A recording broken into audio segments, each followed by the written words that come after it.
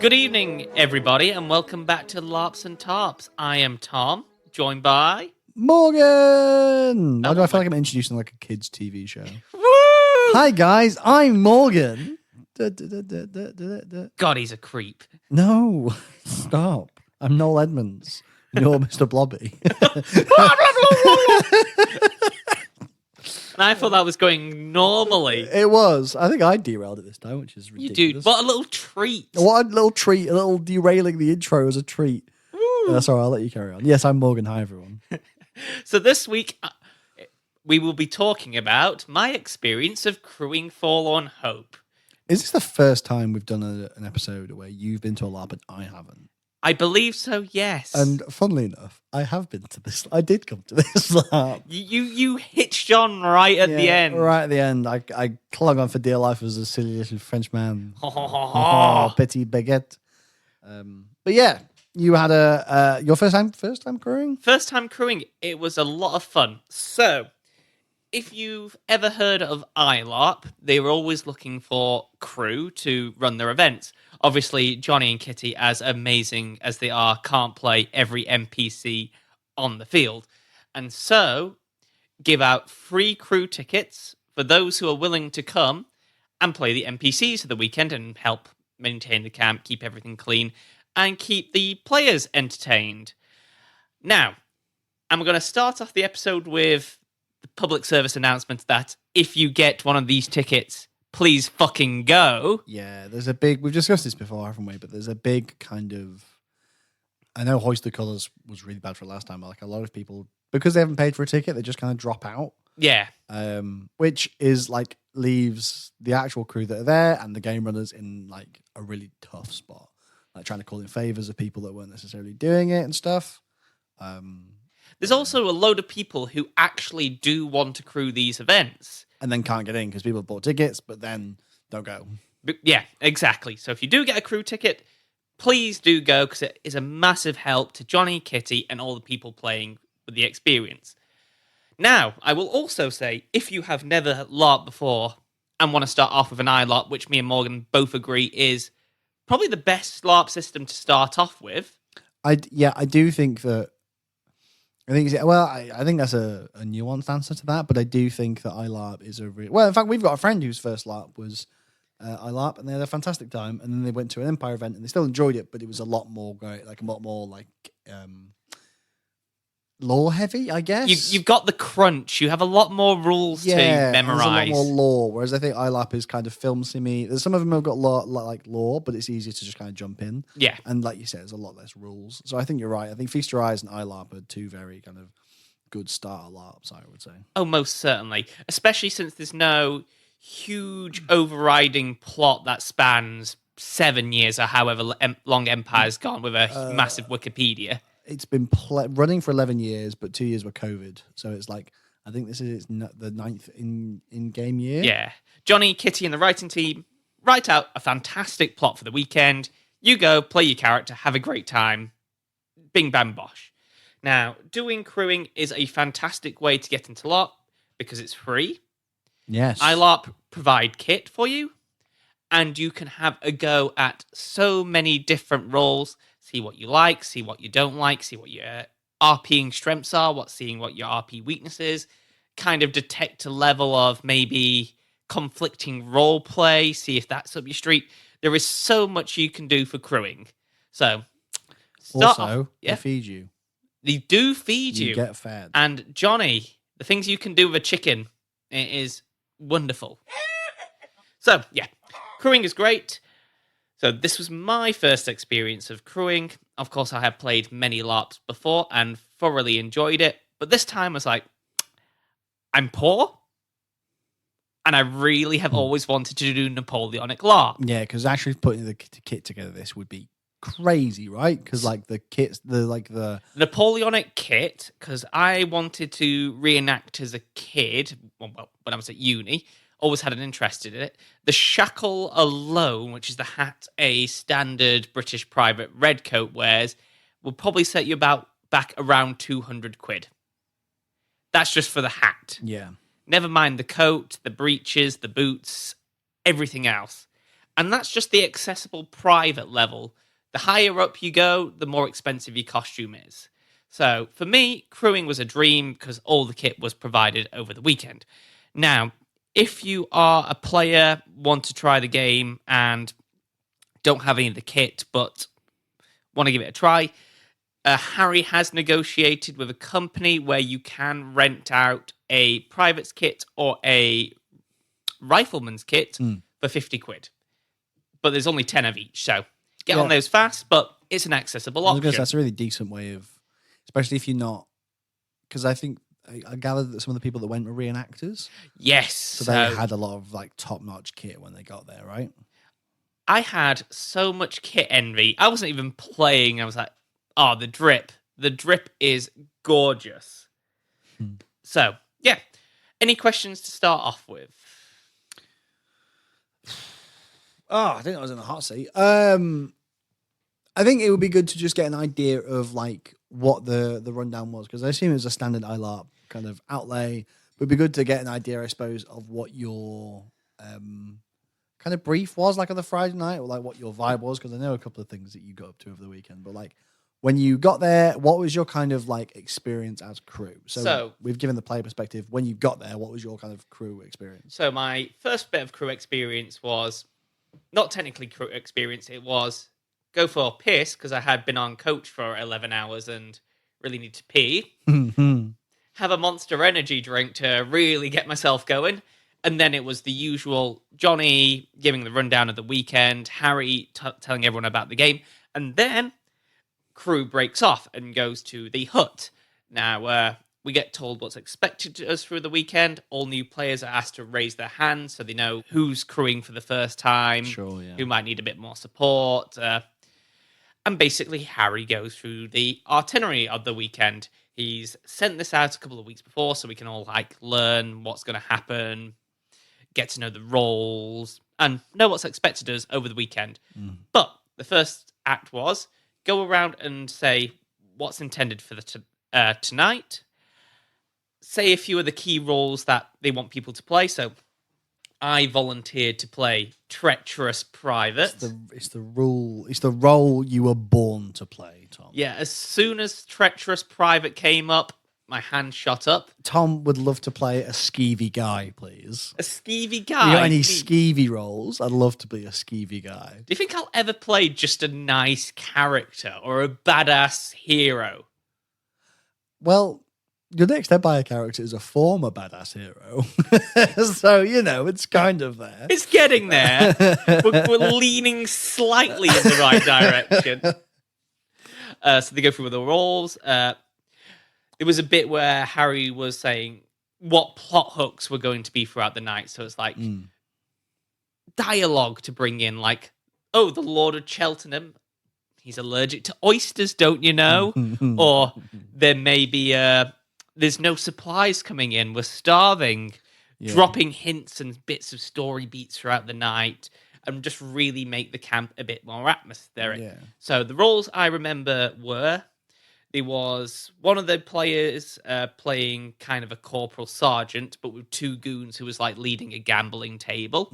There was me, who was there to incite treachery with any privates and maybe tempt them to a little bit desertion over the weekend. It was a treat. Just a little deserting treat. There was those who were going to go out into the woods as the Spanish. So there was a few Spaniards and a few nuns who were going to go out in the woods, and I believe they were going to, I can't remember, were they selling weapons or giving out food? I didn't go on that excursion, but people volunteered to be nuns, and I just remember. I seem to remember there was a nun.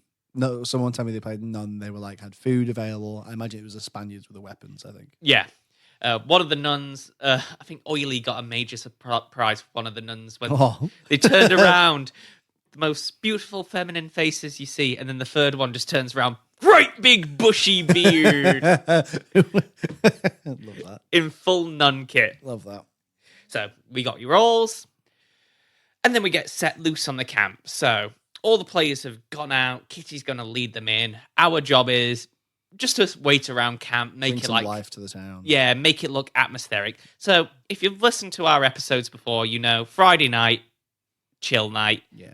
Everyone's just gonna dip their toes into the plot for the A weekend. sprinkling of plot. It's just a little sprinkle of a plot. Little seasoning. It's a little treat.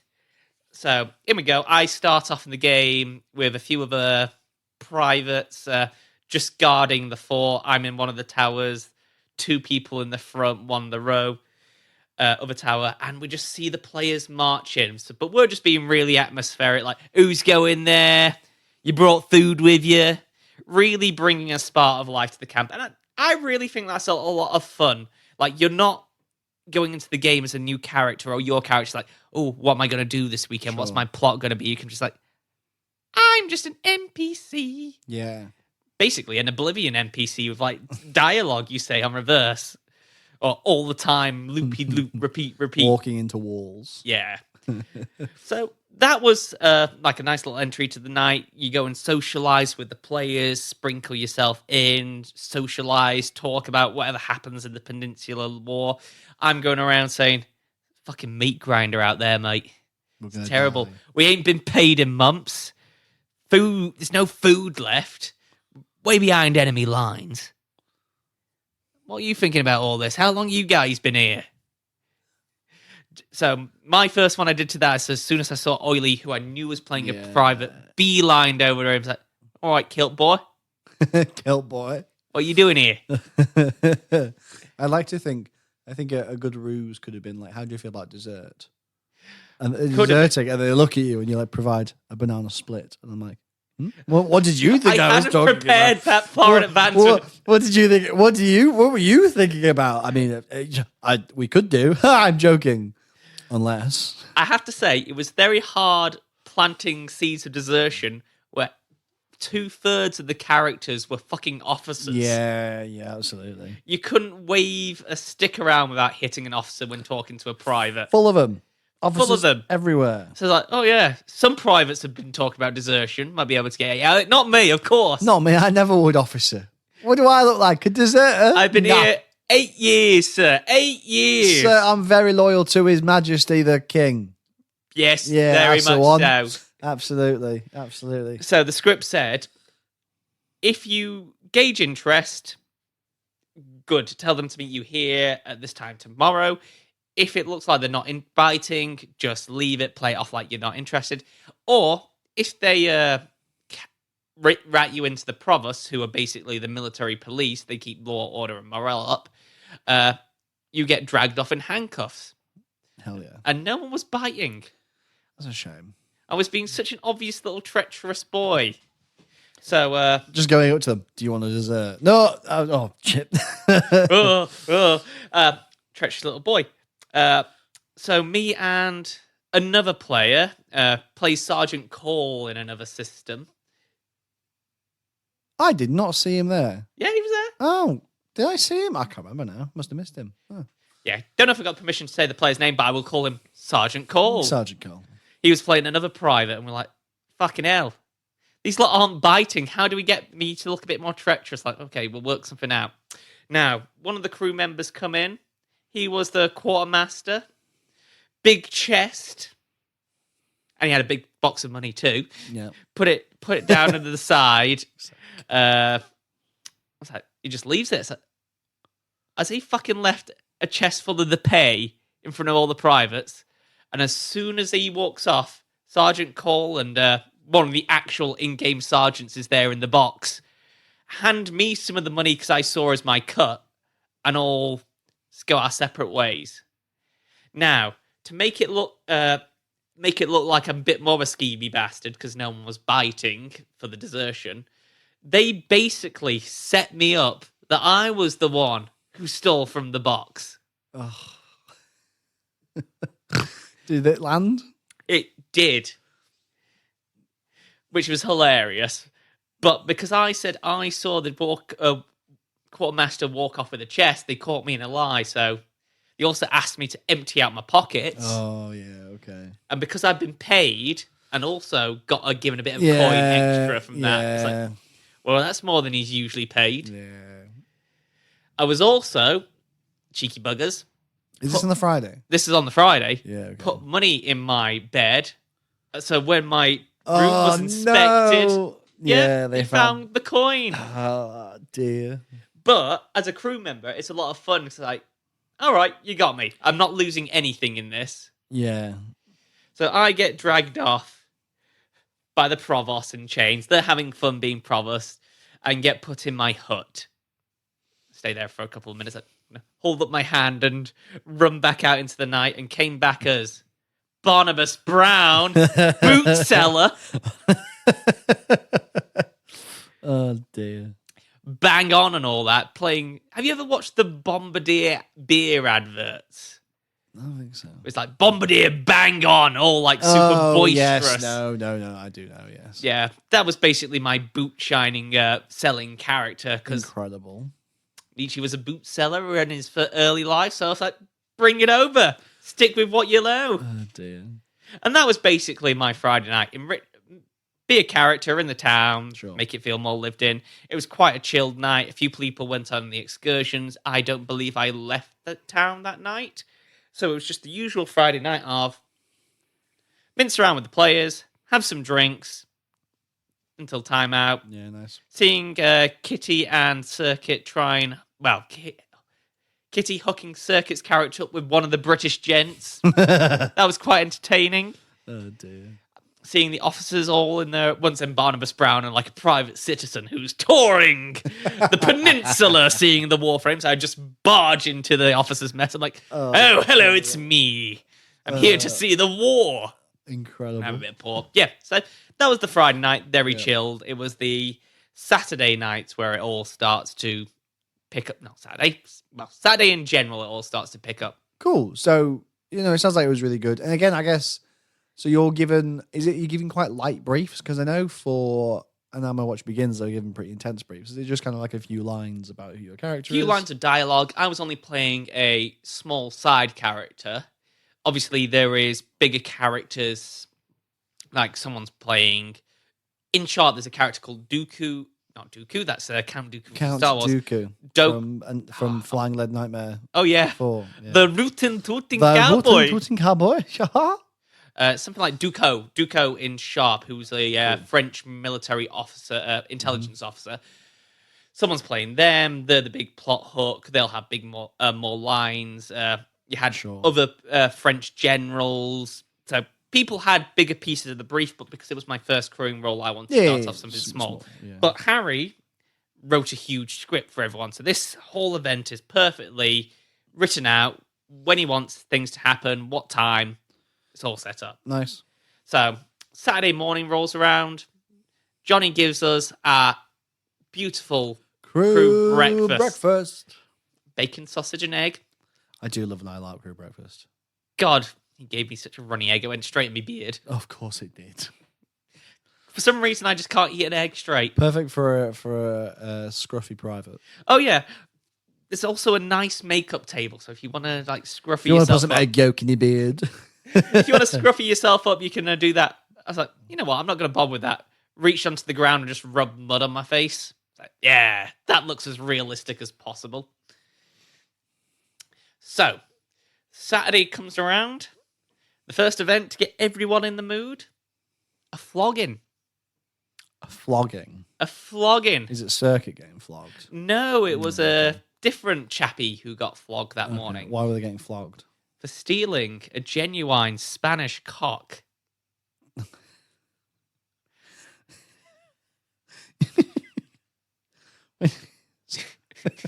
Has that tickled your pickle? It's tickled by genuine Spanish cock. So, is there any depth to this? Is there any context He to was what's playing happened an here? NPC who, the night before, went on an excursion with the players. They got some supplies. He stole a chicken. Yeah, sure. And I don't know if you know much about the Napoleonic Wars, but with the Spanish being our allies, it was illegal to steal from them. Sure. So he was sentenced to 30 lashes for stealing a cock. Yikes. Yes. So they bring it in, put chains around his neck. They've made an awesome looking prosthetic where his back's all shredded up. Yeah. They get the 3 people who have rented out the kits, who own Provost kits, to march him in. Digby comes in, gives his speech, shows why you will be punished to the full extent of the British law if you steal a chicken. So there they go, whip cracking. I'm also brought in along with this procession, but I didn't steal a genuine Spanish cock, so I just got to walk in. Did you not get told off for that? Oh, I got told off, but like they didn't chain me up. I mean, I only stole the pay chest. Terrible. Allegedly. Should have dobbed them in. You don't snitch on you. They snitched on you. I know, what bastards, Should have eh? dobbed them in. Terrible. So the lashing goes ahead. It's great. The whip crack effect goes on.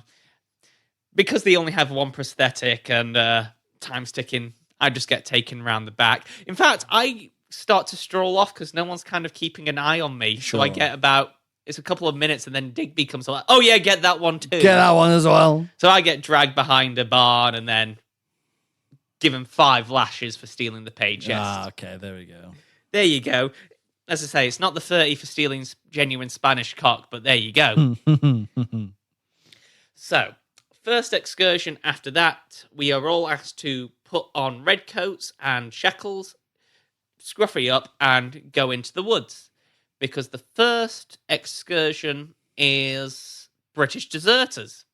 Okay. Your favorite thing. It's my favorite pastime.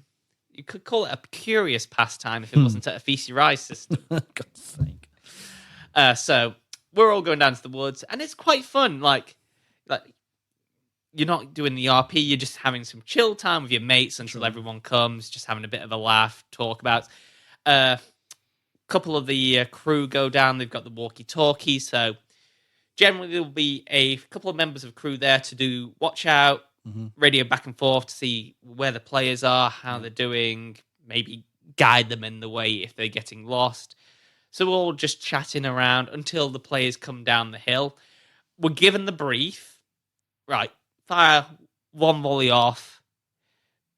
Be scattered around. As soon as they get organised and fire back, you scatter. Sure. Don't surrender unless they really try and get you to surrender because, you're deserters. You don't want to go back to the British Army. Yeah. So it's good that you're constantly getting briefed what Harry and Kitty and Johnny want you to do over the weekend.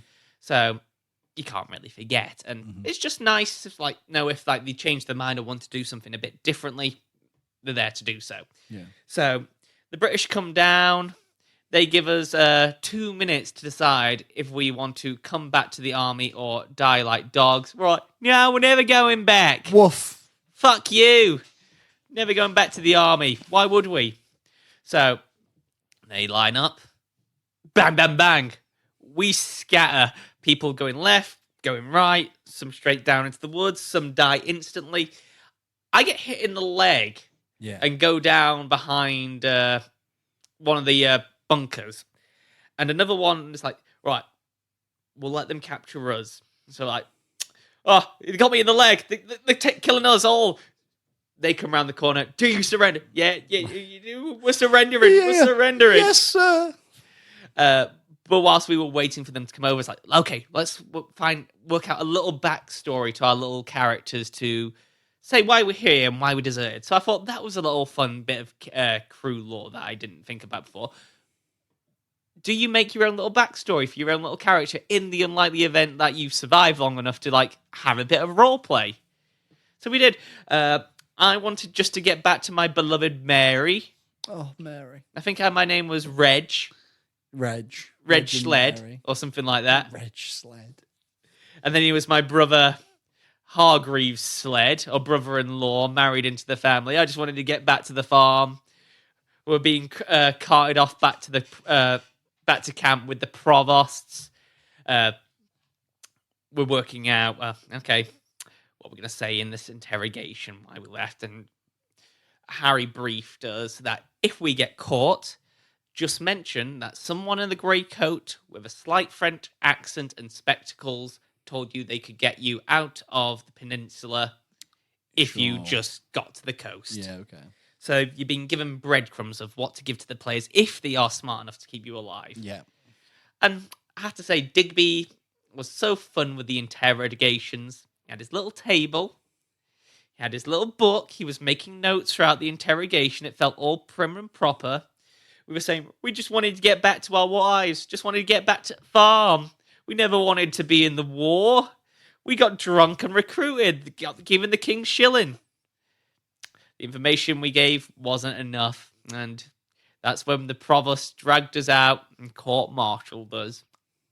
They stood us with our backs faced to the fort and just gunned me and the other one down like dogs. Like dogs. You should have barked as you went down. Woof. So that was quite fun. My first little execution for desertion over the weekend. First of several. First of told. 2 or 3, yeah. God. That was because Harry seems to be a planning mastermind. Option 1 out of 3 over the weekend. So the players actually got to pick what sandbox they went on. Oh, nice. So they had the option of number 1, which was this one, round up some British deserters at a tower, mission led by Provost. And that's when they got the option to bring as many back as alive or shoot us all dead. Yeah. The option 2 was patrol nearby Spanish town, name pending. Oh, see, welcome to our town, name pending. Pending. Yeah, that was a problem when I was playing a Spaniard over the weekend. My Spanish just comes out as a terrible Mexican accent. Yeah, I can't do a Spanish accent. I wouldn't even know where to kind of start with a Spanish accent. No. And option 3, I'm gutted the players didn't do this one. Set up a toll booth. I wonder why they didn't do that. I want them to play Papers, Please the LARP. I need to play Papers, Please. I also do. I've heard great things really about Papers, good. Please. It looks awesome. What a horrible communist country where you got to check the papers. Yeah. It seems interesting. I think I've seen a fantasy version of that advertised. Oh. I'll have to look it up and see if I can find it and send you. Sorry, 100%. listeners. Yeah, this is sorry, a massive derail. tangent. God, sorry, we'll get back to it. So, the next mission I go on, so there's a lot of other things going on, but I'm only going to talk about the things I did over the weekend because I won't be able to give the viewers or listeners, as I say, the picturesque experience of what I experienced. So, my next little excursion, I spent some time around town being dodgy Private Belvedere, just adding a bit of pizzazz to the town. So we've put yet another Belvedere in the canon. Yes, but this one's only half Belvedere because he doesn't practice medicine. Oh, I see. He dropped out of medical school. He was the disappointing brother. Yeah, if I ever play sure. Forlorn Hope and do a surgeon, he's going to have where's my brother? I've come to find him in the peninsula. I was going to say he's another one of his brothers, because not every Belvedere sibling can be a doctor, sure. No. So, played the Belvedere, had some lunch. Now, my next little excursion I went on is called Bring It Back, in which I played a deserter. What? A deserter? A deserter, It's it's very off type for you. I know, me deserting? What is this? So, the idea of this mission. Several deserters and one Spaniard came back to camp under a white flag. So we got the crummiest looking white flag we could find, making it look really depressed, made ourselves look really raggedy and really desperate, and all came back to camp. So, the story went, we were stuck behind enemy lines, we got cut off from our regiment, our troops, we were all starving, storms were hitting, weather was bad, and It was bloody cold that weekend as well, wasn't it? It was the perfect weather for Now My Watch Begins. Yeah.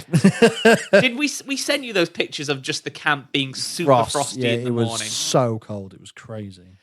So we come back to camp. Sarge said, if we follow his orders, he can get us back. Or he can get us to the coast to which we can escape with the help of the grey-coated gentleman with the specs and the dodgy French accent. Oui, oui. Oui, oui. However, we started to grow a conscience when we started to raid and kill farmers, steal their food. Sure. Now, I think we were stealing. I think it came to the point where we were going to kill or killed this person's father. Yeah. So Heavy. heavy salad. So we and the Spaniard sneak off and return to camp with a white flag flying over our little heads. Now, the players are pointing their guns at us, telling us to drop our weapons, so we do so. They drag us back into camp. They want our story, so we tell them the basics. Now, I love this bit because we were like, yeah, we're starving, we have no food. They start looking through our pouches. Now, I think we've just had lunch. And as they reach into one of the privates' bag, they just look at the bread roll and just burst out laughing and just put it back in. We've never eaten the bread roll. It's our emotional support bread roll. It's not really there. We're starving, not a crumb on us, honest. Please. To which we then get dragged to Provost Digby. Yeah, okay. To give our story. This Feels time, like Digby spoke to you a lot. Oh, yeah. I had a lot of interaction with Digby over the weekend. Tell him our story. Tell us we got cut off from enemy lines. But rather than telling both all at the same time, because there was 4 of us, he dragged us up one by one to tell our story separately, maybe see if we could catch us out that we were lying. So I think we kind of had a little discussion, generally what we were, which regiment we were with, how far we marched, why we were off enemy lines. And after interrogating us all, finding out a bit of information, we were let off. Digby let us live. Very generous. Very generous. We were not allowed to carry weapons anymore, and we were put on latrine duties. Well, you know. But this deserter lived. Ding, ding, ding, ding. So that was a jolly little thing. Yeah. We were kind of hoping that if we did this one quick enough, that we could join the first French battle of the weekend. However, I'm kind of glad we missed it, because whilst out there, the heavens opened up. Oh, yeah. Really thick droplets of rain for about a good half an hour, 45 minutes. When I came by on the Sunday, and I went to put on a French coat, I was like, these things are sodden. Yeah. It was crazy. So me and a few of the others were just chilling at the hut. It's like, yeah, we'll take a break. This seems like a good time not to be out there. Poor Circuit just coming back looking so wet. I'm actually glad I didn't go out for that one, because every time I go to LARP, I go by the rule of Hitchhiker's Guide to the Galaxy. Always bring a towel. Yeah. And I forgot a towel this time. So I'm glad I didn't get too soaked. I think I've generally been quite lucky with weather for LARP. The worst situations I've had were the pack down at E3 last year. Oh God, I forgot about that. Your beautiful nipples on display. I was wearing like a white t-shirt. Oh my God, we got in the van and someone said... That was me. Did you say, what did you say? Well, could be worse. Yeah, you said, well, it could be worse. And I just turned and looked at you. My shirt soaked to the bone. My glasses fogged up and my hair just dragging by my side. I just looked at you like, what the fuck are you talking about? And then I had Echoes of the Ancients, which was like was very muddy, but was still good regardless. And then we had a rain at second breakfast. But apart from that, generally been okay. Yeah, like for English weather. Yeah, but you got caught out pretty bad, it seems. Yeah. So, yeah, it looks like that French excursion was actually the second sandbox, because Harry, he seems to love his sandboxes. Harry's done a lot. I'm very impressed by this plot doc, I'll be honest. I mean, who could outright this Harold K. Knight? Harold K. Knight, the man, the myth, the legend. So, this one was find and fight the deserter leader, which was led by a mix of French and British uniforms. Leader is in massive bling with an eye patch. Has a letter on them saying they will be rewarded handsomely for destabilizing the region. Option 2, Spanish bandits. The same costumes as Juana's band, down past A-frame, running gun battle, but a few respawns. So sounds like a classic bandit encounter. Yeah. And then number 3, an intelligence officer. So I imagine this is going around finding some additional intelligence that will help the players over the weekend. God, Harry, you're a prepped man. So much preparation. So I'm gutted this didn't come about, but there was meant to be a shooting competition as well, which would have been a lot of fun. But I think the rain and running a little bit behind schedule put that off. Now, my next role was as a Spanish civilian with Doing my a wonderful Spanish accent. terrible Spanish accent. Now, me and a couple of others gang together and say, what's our backstory going to be? We decided to be some Spanish brewers. We were the San Miguel triplets. For God's sake. So I was Estella San Miguel. Of the so you had more. Was someone called Corona? Yep. Of course. What was the third? Was it Heineken just for a little? What was the other one? Sake. San Miguel? Oh my God. Estella. Either way, you get the joke. Yeah. So we are all Spanish citizens in a town listening to a French speech saying they will, if we join them and join the French Empire, we will be protected, fed, there'll be stability in the land. So we're all listening to the speech. There's a load of French muskets around protecting this general, where one of the players, a Spanish guerrilla, goes and shoots the general. So we, as the Spanish, flee as the French try to gun us down like dogs. Now, one of the things they did, which was an extra little treat, was I made it so far, and then they threw a grenade. Incredible. So, what was the fizz rep for the grenade?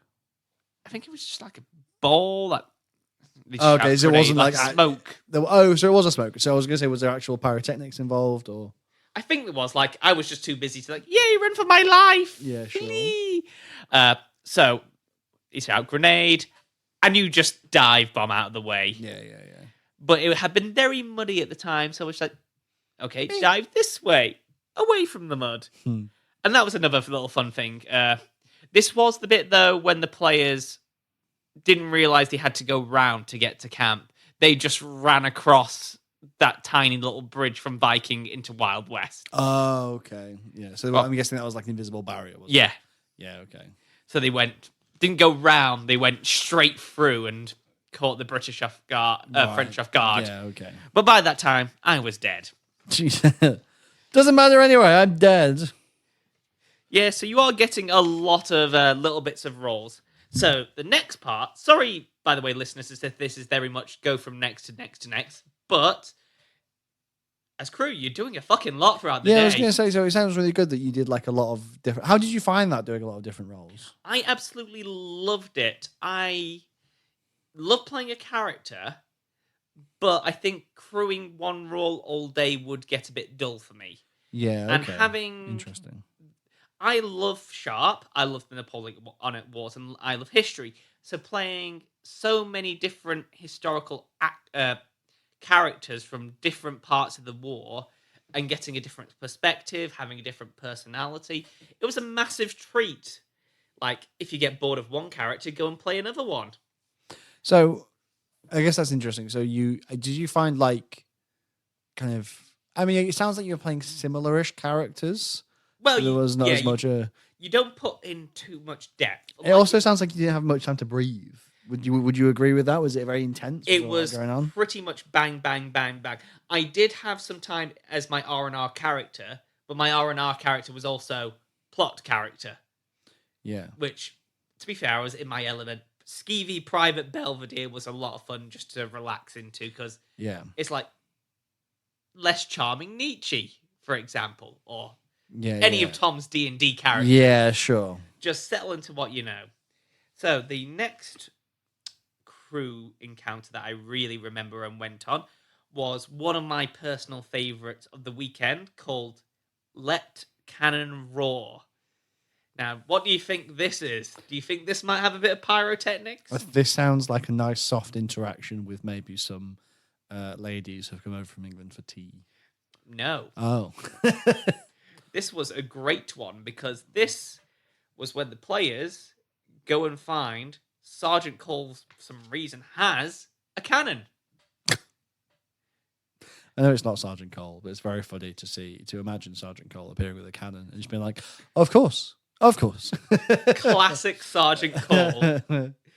So he happened to have a cannon as a prop, so they brought it down to ILARP. Now, we were going to be a French column. The British were going to capture this cannon. And H, if you'll know this if you listen to the interview with Harry Knight and Kitty. H, absolutely fantastic when it comes to pyrotechnics, props, all that sort of thing. Put out these pots of, I can't remember the name, but like explosives anyway. So when the cannon would fire, one of the pots would go off.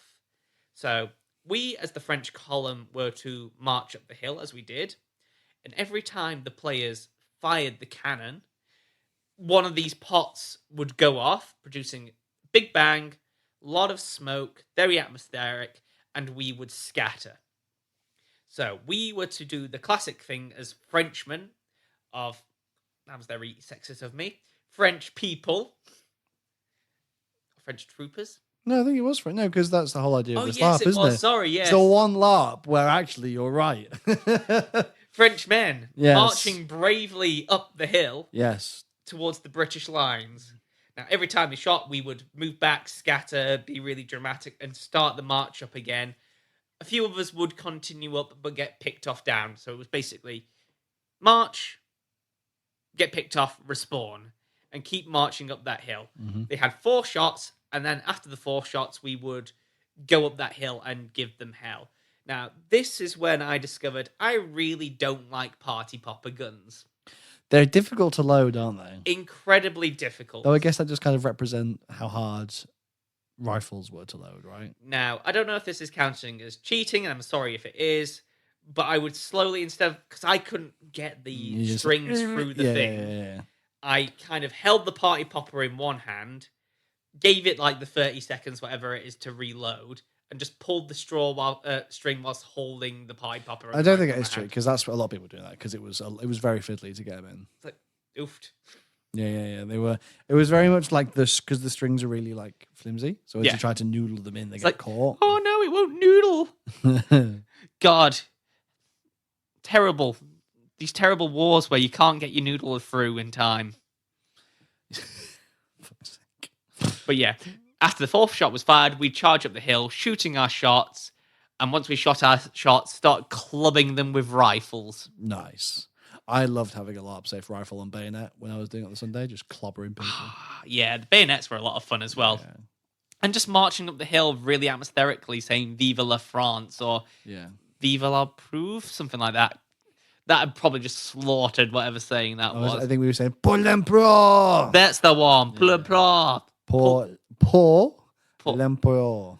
Pulled pork? Yes. For the pig. For the pig. I quite shouting, you English pigs. But yeah, the French got wiped the fuck out. Of course, as is tradition. Yeah. The riflemen were brutal, but that was a lot of fun. I hugely enjoyed seeing the effects in action. It's always nice to know. It must be really nice as a player seeing it go off. But it's also cool as a crew knowing, this is going to happen. Let's observe this and really take in the effect. Yeah. In fact, to be honest, it's one of the things, other than being a cool Napoleonic LARP, that brought me in. I really wanted the effects. I heard the effects budget from the first game and everything they did was absolutely fucking tastic. And H, to his due, did a fantastic job as usual. Me and a lot were told to dress up as Spaniards again and go and sit in the woods and pretend to be sick. So we all got traumatic wounds cards. We, hopped out into the woods. I could not find a jacket to fit me properly because they've only got so much stuff. So I'm in my LARP shirt, some breeches, and a little scarf. You're a cold little guy. I was a cold little guy in the woods. So it takes us about 20 minutes to march out to where we are for the encounter. Yep. We sit there. We've got read our traumatic wounds. We wait for our players, and then we wait. And then we wait. God. I think we're like, okay, finally, it's been about an extra 20, 25 minutes. They're setting off. What? They're setting off? So we've sat in the woods for about 45... What, it felt like an hour, probably like 45 minutes. In the cold, just like... reading, like, just doing Spanish lines. Like, I am so hungry. Why do I feel so ill? Me llamo San Pedro. I is sad.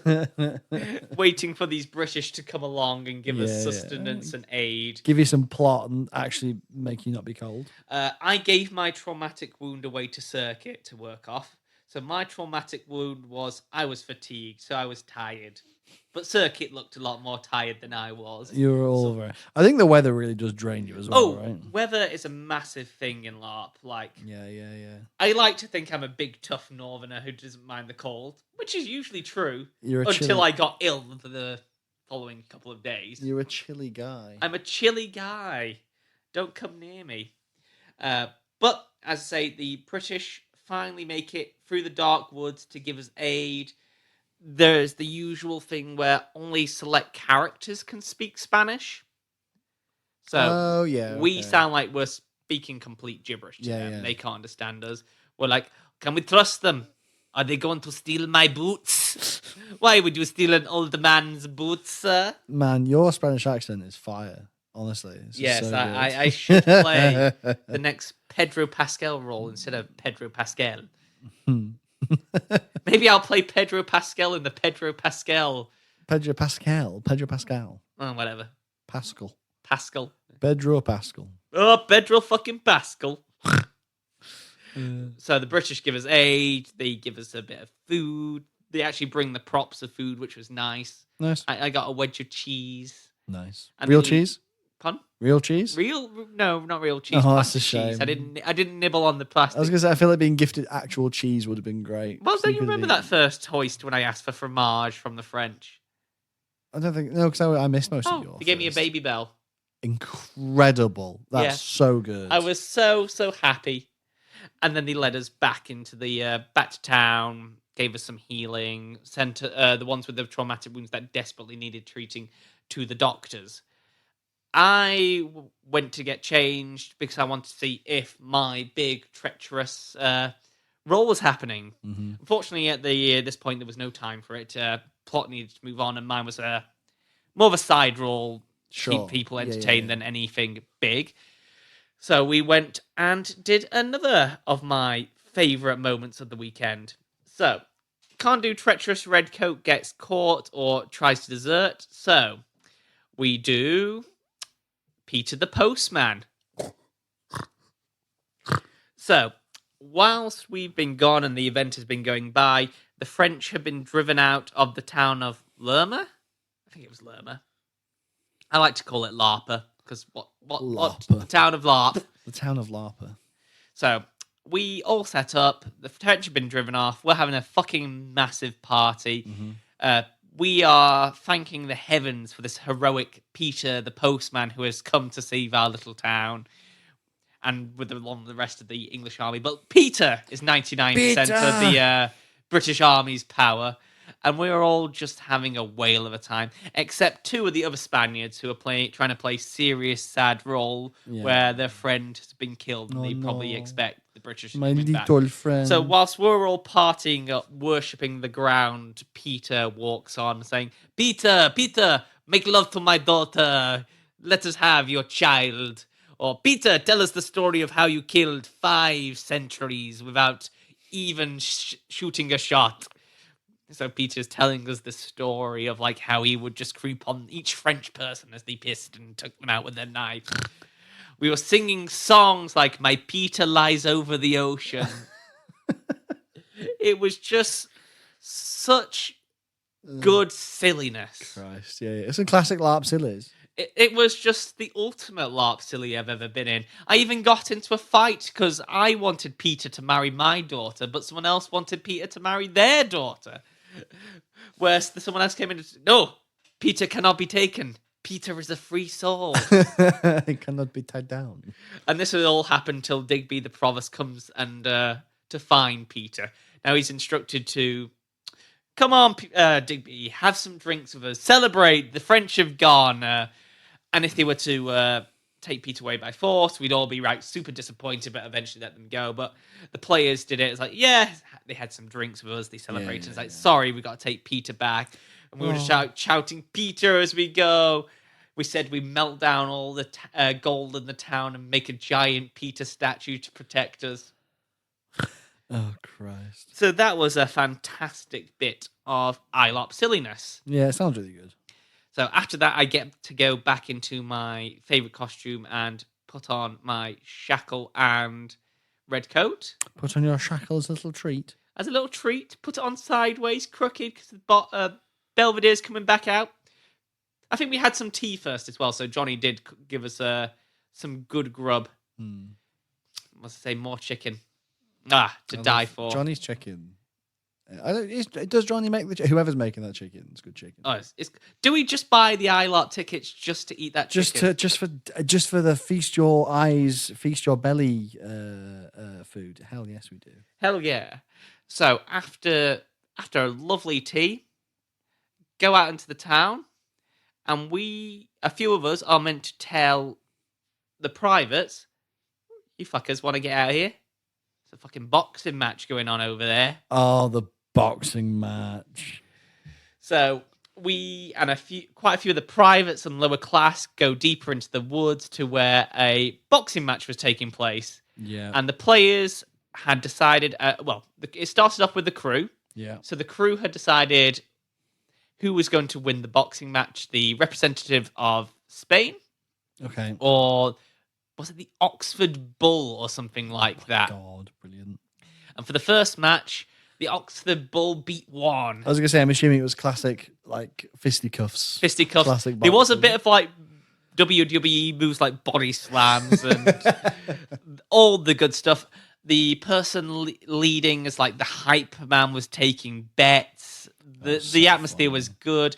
Circuit and Ren were there. It's like, ooh, isn't this a barbaric sport? Oh, kick him in the dick, which had me chuckling. I'm just there, rifle still in my hand, because that rifle never leaves Barty. Was it Barty? Yeah, it was Barty Belvedere's hand. It's like always there, never pointing in the right direction, always pointing upwards. But we got. Is this the guy with the cap as well? The cap, yeah, the cap at a jaunty angle all the time. Yeah, I really just want to get some art commissioned of him. That's so funny. So first boxing match, he wins. Second round, it is player versus the Oxford Bull. Oxford Bull. The player wins. The Oxford Bull puts a good thing. So if you've ever seen the fight in the Orc camps at Empire, the players will go off into the corner. They'll kind of work out what moves they want to do. They'll work out who will win, which I find is really, really cool. It's not just going to be the same person winning every time. I respect a player who's happy to lose. Mm-hmm. So they have a good punch up, but the green coat takes down the Oxford Bull. And then finally, it's Oiley's Highlander versus the green coat. They have a good bit of a punch up, some nutting in the face, maybe a bit of catty scratching here and there, until Oiley is punched lights out, and you got a big flash of his knackers with his kilt. Luckily, he's wearing his underwear, but is that more disappointing or not? I don't know. But that's a quick reflection of the boxing match. It sounds like it was good fun. I loved hearing Digby's characters. Yes, response. And I'm gutted I didn't see this. Yeah. But whilst all the privates and guards were at the boxing match, Harry had arranged for some voltigeurs to raid the British camp. Mm-hmm. So the brief was, sneak up to the British camp as closely as you can. As soon as you get caught and shot at, pretty much go down quite easily. This is just going to probe them, really. It's just to keep them on their toes. Yeah. Because all the guards were out of camp, I believe some of them got up to the towers. Yeah. Some of them even burst in on the officers' mess, to which they were all shot down. To Digby's response was, "Where the hell are the guards?" And someone goes, "A boxing match, sir." A boxing match? Apparently that echoed across camp. Did you hear it at the boxing match? No, but I wish I did. Can you imagine if you're at the boxing match and you just heard his voice? A boxing match. I was like, oh, Scatter. oh dear. But that sounds like a lot of good fun. I always love when things like that happen. They don't go to plan. The crew can get one up on the players. It just feels like it's nice for them to have a bit more of a win or get go a bit further than was intended. Like when Drew got captured at... yes. I don't know if that was scripted. I don't think it was. It added a lot to the weekend, I thought. Yeah. Oh, very much so, yes. As I say, I was kept busy all day. Other than lunch and that sit down when it was peeing it down, I don't think I had a proper sit down all day. This is from 10 in the morning to about 11:30 at night. Yeah. So you are being worked like a dog, but in the best possible way. Yeah. For me, I like being kept busy. I don't want to just be sat around waiting for something to happen. So the go of all the crew roles was absolutely ideal for me. Yeah, it sounds very intense. It sounds like it was good. Like you were kept busy. You weren't hanging around very much, which is good. But when you were hanging around or waiting for the next encounter, it was good because you can sit in the crew area and just have an OC chat with your mates and like car park LARP? Car park LARP, yeah. And I have to say, I really did appreciate some car park LARP. Like I understand the importance of staying in character as long as you can whilst you're in icy areas. But sometimes it's nice just to drop character and check in with some friends, have some general conversation, and just see how everyone's doing, really, and have a nice little hangout. It's why I think, and this sounds stupid, Thursdays at Empire might be my favourite day at Empire. I do love a Thursday. Like, I'm not actually playing the game. I'm just hanging out with people I love. I am also very excited for E1 because that's when everyone's back and we're all seeing our friends again for the first time in ages. Dangerous Thursdays. Oh God, what a dangerous Thursday that's going to be. Actually, do you remember when it was like, oh, we haven't seen our mates for 8 months and now we're doing all these LARPs in between? Yeah, although there is still a lot of people I don't see in between. Yeah. Like there's a few people that I see quite frequently, but even then, like I mean, Oily won't leave us alone. He keeps driving all the way up north to hang out with us. I know, terrible, Daisy, terrible.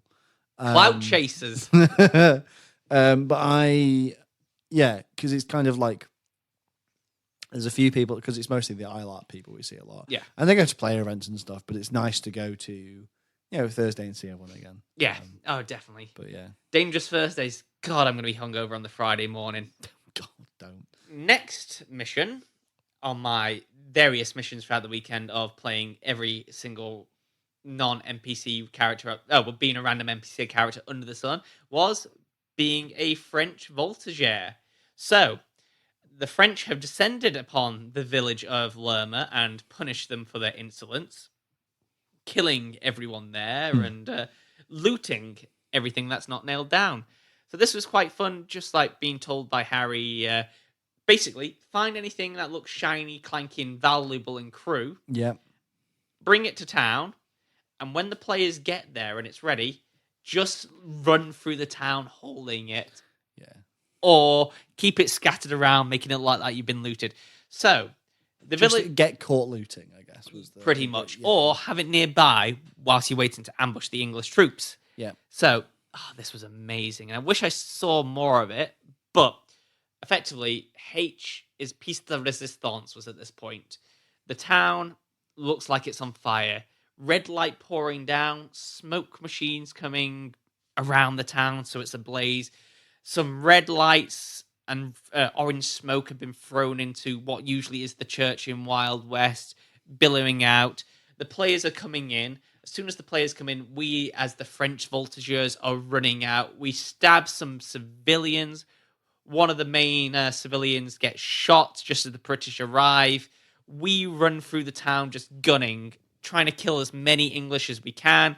Obviously, we've got muskets. We're not doing too well. Players have been told because it's dark, no melee attacks, just the guns. Sure. I'm like, oh my God, this is so cool. This is so atmospheric. I want to take it all in. Run down an alleyway. Get fucking shot by a rifleman. Now, the rule of a rifleman is if a rifleman says AU, name, physical, or costume appearance. Yeah. I've hit you. You're dead. You go down. So I get shot in this alleyway where I can't see the cool effects or the people fighting. And I was going to try and crawl out a bit more so I could see it. No, they take a knife and stab me Oh. to finish me off. So I'm just like, oh, I can't see. I can't can't see see anything. H's beautiful I'm effects. just hidden hearing the booms. I'm here listening to the cool. Oh. It sounds so nice. But after that, oh God, go and look for the pictures because they were so cool. The British are running around, they're looting or trying to clean everything up. In fact, I think someone shouted, if anyone gets caught fucking looting, you will be shocked. Okay, cool. I believe the quartermaster is killed. No, yeah, the quartermaster is finally killed in this raid. Haven't told you this, but the quartermaster had an attempted assassination on them earlier by one of his bastard children. Oh. But I didn't really see that. I just heard it's like, serves you right. And after that, it's wrapping up for the night. It's about 10:30. It's time for a classic Juicy Boy encounter. So we learned what a Juicy Boy encounter was last episode, didn't we? So go back and listen to it then. The basis of it is you're an NPC saying however many lines of dialogues in the woods whilst players go around and kill you by assassinating you. Now, players actually didn't wait for 45 minutes to come and kill us, which was good. And one of the crew gave everyone a beer, so I was like, "Oh, that is so nice! A nice little cold one, little Juicy Boy's beer."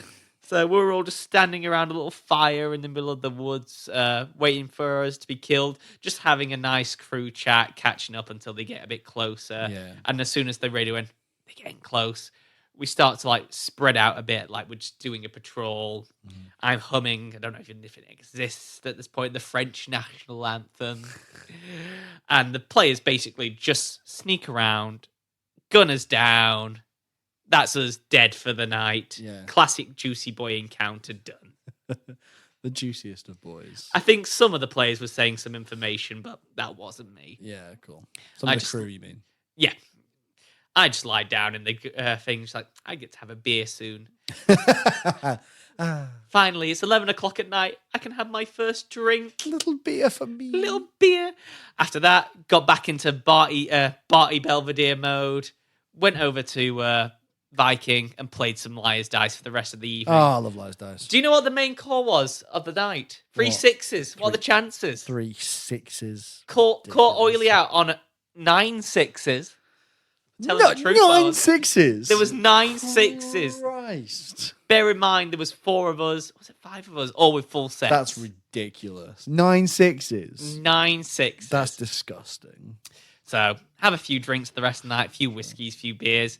Morning comes, another frosty morning. The cannon's looking beautiful. So, around this time, I had just woken up in my lovely hotel room. Oh, yeah. The night before, I'd been on some wonderful dates, seen a bit of drama, had a few drinks. Didn't get any luck with them, did you, though? Didn't get lucky in my dates, but that's irrelevant. I'd had a little bit of wine.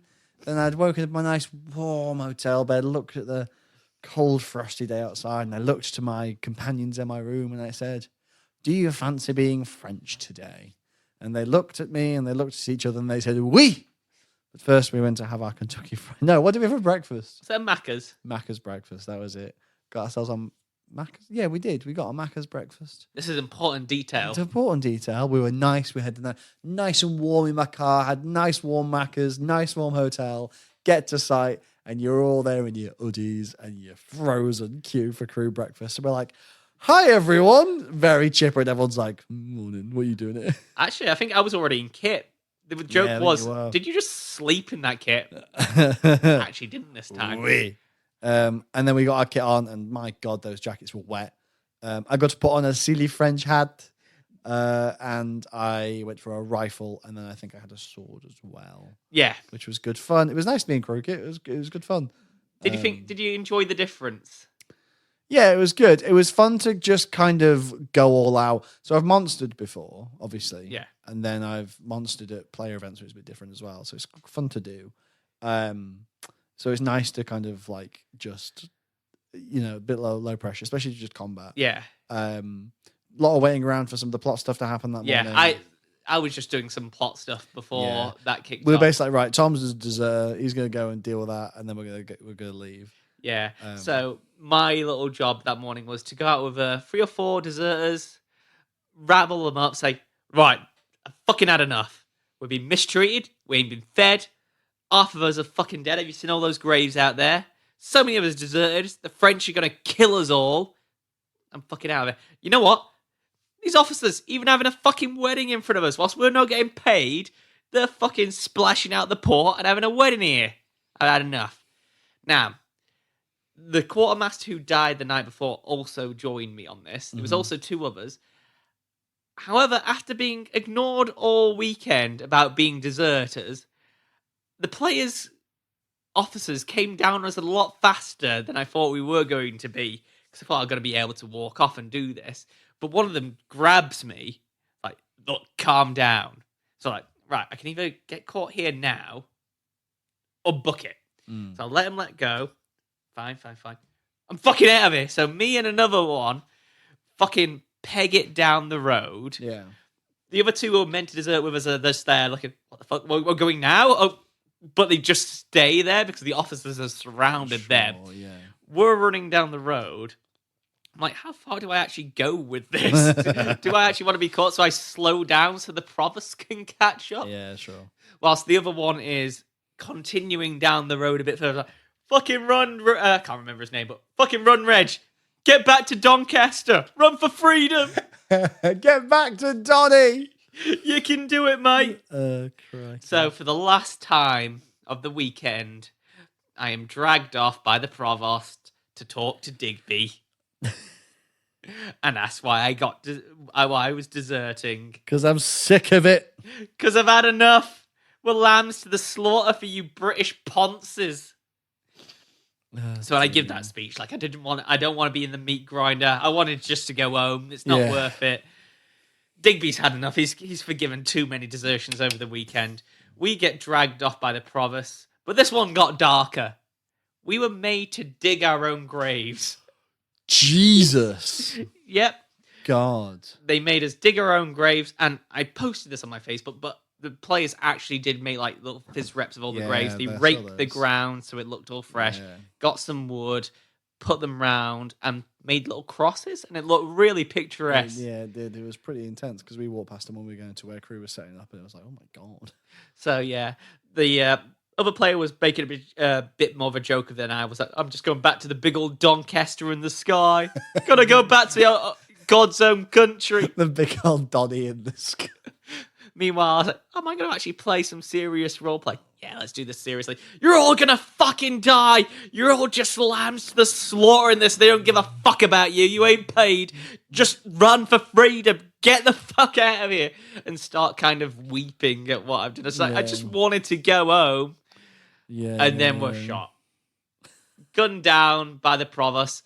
Oily refuses to shoot me because apparently his character comes up with the rule, I don't shoot down a man who's not armed. Oh, okay, sure. And that ends Barty Belvedere's experience of being treacherous redcoat. Poor Barty Belvedere. So after this was then our joint crew session. The final confrontation. Yeah. So brief was basically. I'll let you talk about this one more. It was in summary basically it was be French, run at them. And you got to wear the blue coat. I was a voltigeur. There was no blue coats left. I wore a blue coat and I had hidden. I wanted Oily to not know I was there. So I managed to keep it stuck the whole weekend. He saw me. He was like, "What the bloody hell?" As he saw me running through the field. But I had a great time. Basically, it was just be French, run at them, shout, "Vive la France, pour l'empereur," as you kind of run at them, and had a great time skewering people with bayonets. Every single time I was getting to people, I was like, if it was people I knew, I was like wrapping around them and like getting my bayonet going, and then collapsing them to the ground, which was good fun. It was like one of my mates who's in a few ILARPs with him. We were like stabbing the hell out of each other until we were just lying on the ground, him on top of me. And he was like, and he goes, "Hi, mate, how you doing? Didn't know you were here." I was like, "Yeah, I came for the sun." He was like, "Oh, beautiful." And got off and ran off. But yeah, it was really good. And it was really fun just running at a line with your gun, screaming, and then when you hear crack, crack, crack, crack, crack, just eating shit. Yeah. It was like hitting the deck. I love the effects. Like, they brought carts down and everything to make it look like a proper convoy. I really do appreciate that attention to detail. It was so good. So you were a standard infantryman who was marched up in column. I was a voltigeur, so we were basically the scouts. We'd go off in the flanks and start picking people off. So 9 times out of 10, I didn't manage to get anyone. I'd be shot down. Did we kill any players? I didn't kill, but I hit quite a few players. I left quite a few players in pretty mortal I did. danger. Yeah. I got told about the game of Digby enrichment, which was try and stag Digby so he has the best possible time. Not kill, but like give your friends some game. Yeah. And I remember booking it because I saw a moment where the English had moved a bit forward. Yeah. Digby's at the rear. So the other Spanish one I was having the Spanish gorilla who I had been having a shootout with was distracted.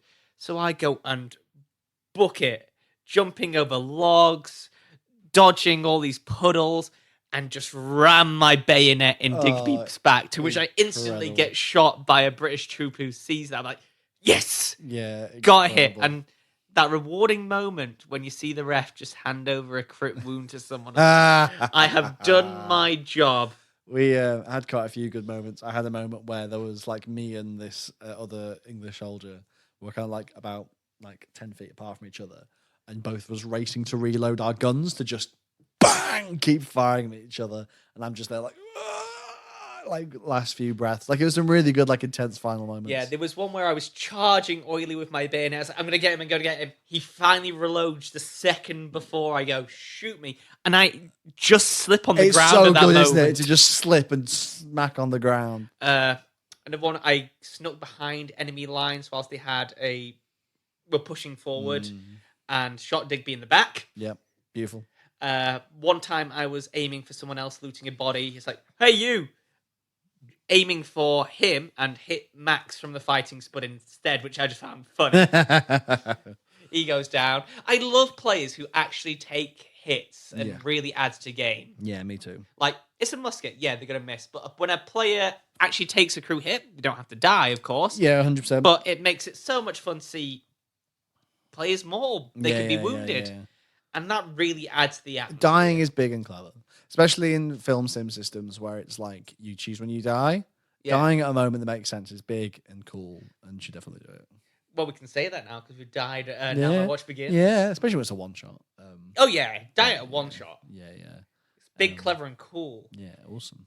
And so that pretty much sums up my time at Forlorn Hope. That concludes your hope that was forlorn. Good time? Fantastic time. I'm actually hopefully going to crew again.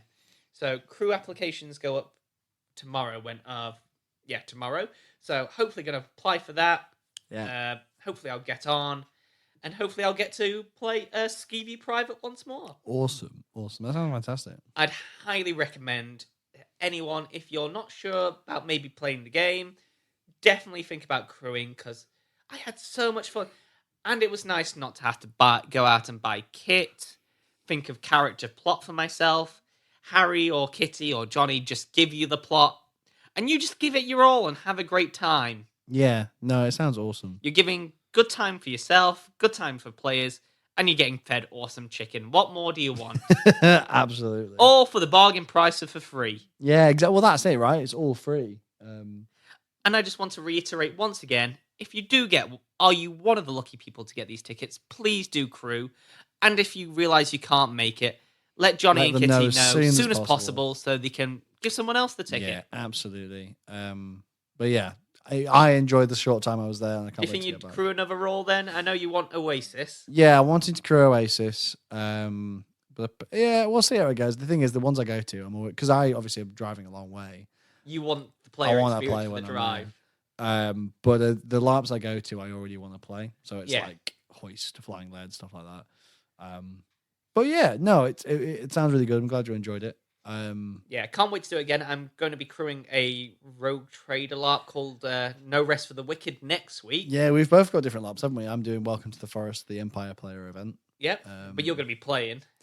Oh, of course, you're crewing, aren't you? Yeah, crew. I've got the crew bug.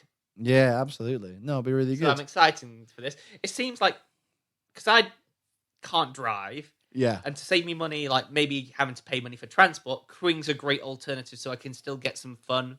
Are you getting a lift up to? I am getting a lift with Adam up to the Rogue Trader LARP, and I managed to persuade him to go to now Forlorn Hope free, so hopefully I've got a lift down to that as well. Awesome. That's no really huge mega bus for me, just to get to Liverpool. Awesome. Well, thank you very much, everybody, for listening this week. We hopefully going to be back, talk about probably either mine or Tom's experience. I think is going to be the plan. But yeah, thank you very much for listening. Remind them of the Patreon. We're poor. As usual, if you want to support us, the easiest way you can support us is by liking and subscribing, following, downloading, telling your 5-star friends, reviews, leaving some 5-star reviews. So we've looked into this. So the only place you can leave a 5-star review with like words is iTunes. And if you again want to support us, leave a 5-star review on there, and I am contractually obliged to read it out. So go ahead and give us feedback there if you want. But yeah, thank you very much for listening. If you want to support us even more, we do have a Patreon at Fabletop, so that would be great as well if you want to support us there, help keep the lights on. Thanks to you, we're no longer holding our mic stands down with boot strings attached to boots. Exactly. We're not. Yeah, exactly. We've got some half decent office equipment. So yeah, thank you very much to our existing Patreons as well. And yeah, thank you very much for listening. See you on the field soon. Yeah, absolutely. Oh, so close to Empire. About a month away. God, I'm so excited. E1, baby. Thanks, everyone. Catch you later. Bye. Bye. Folks.